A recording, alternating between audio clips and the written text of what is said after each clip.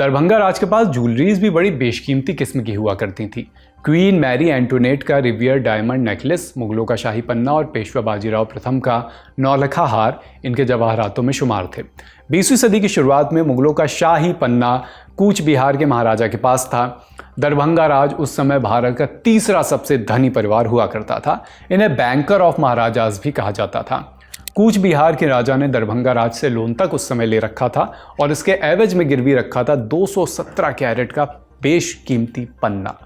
कूच बिहार से लोन चुकाने सचिव आए तो दरभंगा के महाराज ने पैसे लौटा दिए और शाही पन्ना दरभंगा के हिस्से ही रहने दिया।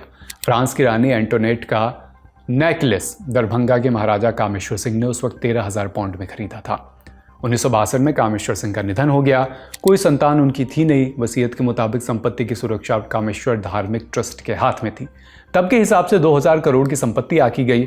महारानी और महाराज के भतीजों के बीच इसको लेकर तभी से खींचतान शुरू हो गई। इसी पूरी खींचतान पर तेजकर झा ने द क्राइसिस ऑफ सक्सेशन नाम की किताब लिखी है। वो जिक्र करते हैं कि कामेश्वर सिंह के निधन के बाद उनकी डेथ ड्यूटी चुकानी थी। तब सरकार मरने पर भी टैक्स लेती थी, लेकिन सिर्फ पैसे वालों से। मुंबई के नानू भाई जवाहरात के बड़े व्यापारी थे। उनके पास मेरी एंटोनेट हार समेत कई जवाहरात बेचे गए। बताया गया कि ये गहने कामेश्वर सिंह की ट्रस्ट ने डेथ ड्यूटी चुकाने के लिए बेचे थे।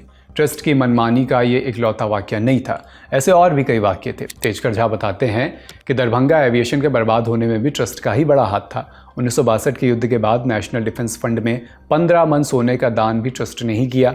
ये कोई दरिया दिली नहीं थी, बल्कि एक डील थी। लक्ष्मीकांत झा उस समय कामेश्वर धार्मिक ट्रस्ट के एग्जीक्यूटर थे। उन्होंने तीसरे लॉ कमीशन का अध्यक्ष बनने के चक्कर में ये टोकन मनी दी थी, हालांकि वो अध्यक्ष बन नहीं सके। ऐसी खबरों के लिए विजिट कीजिए theLondonTop.com पर।